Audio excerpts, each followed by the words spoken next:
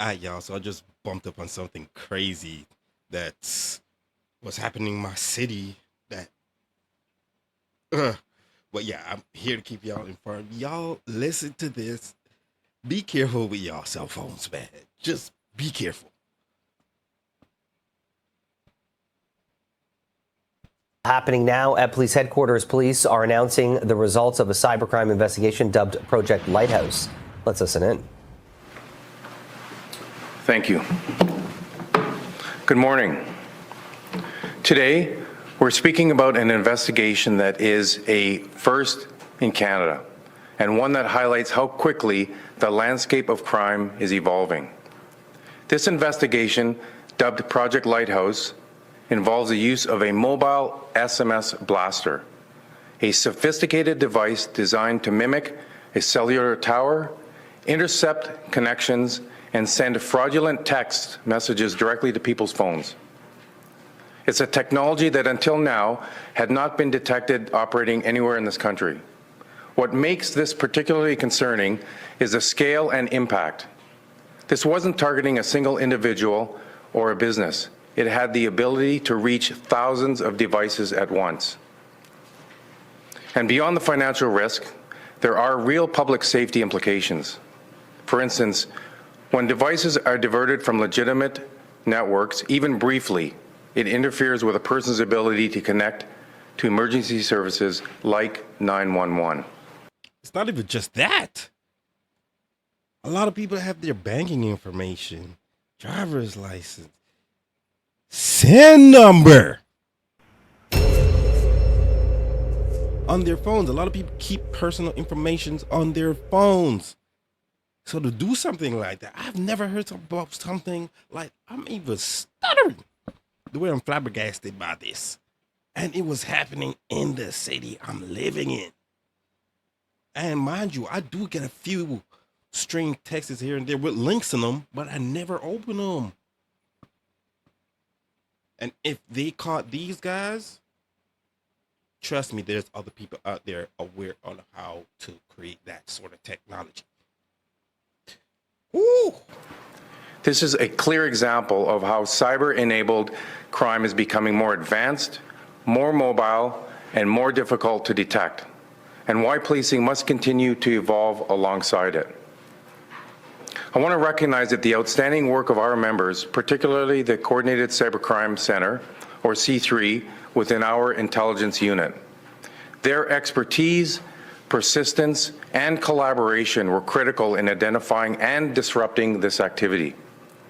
I also want to thank our policing partners, including the RCMP's National Cybercrime Coordination Center, Federal Policing in Central Region, York Regional Police, Hamilton Regional Police Service, and private sector partners who supported this investigation from the beginning.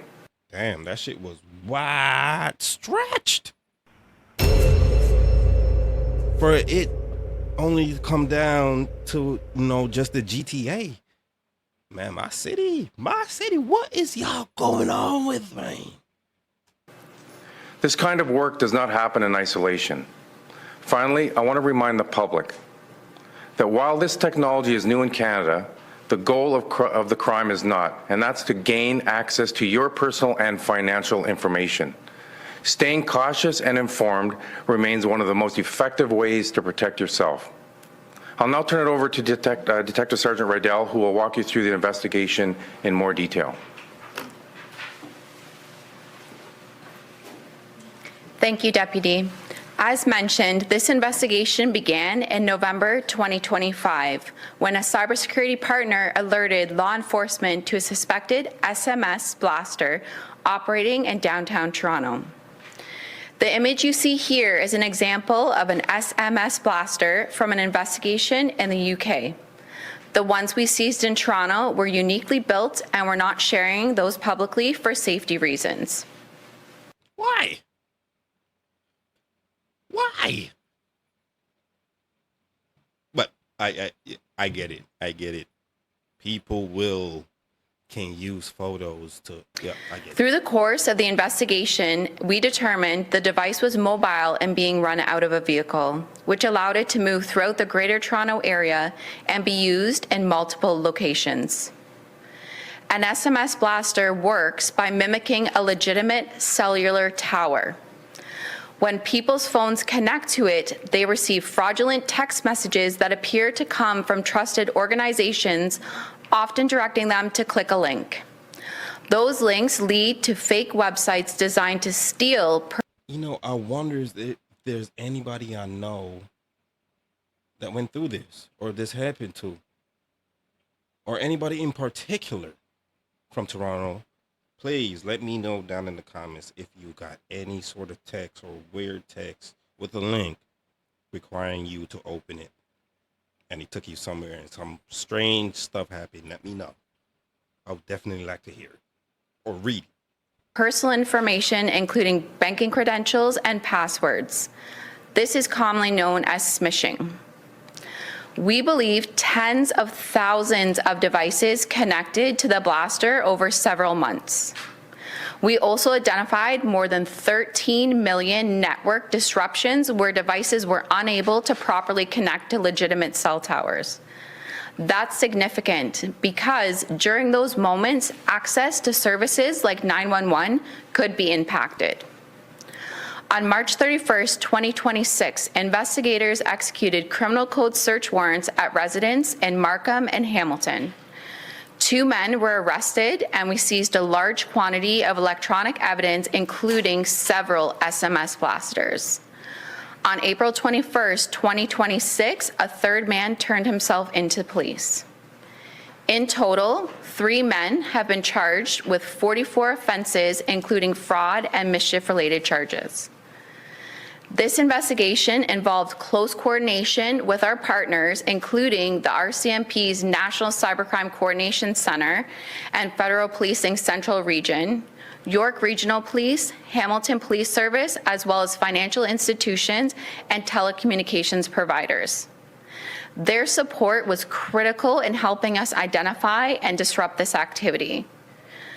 I also want to take a moment to remind the public of a few key steps you can take to protect yourself. If you receive a text message you weren't expecting, do not click on any links. Be cautious of messages claiming to be from legitimate organizations requesting payment. Only access your banking through official apps or by typing the website directly into your browser. And never share your personal or login information through unsolicited messages. If you believe you've been a victim of fraud, we encourage you to report it to the police.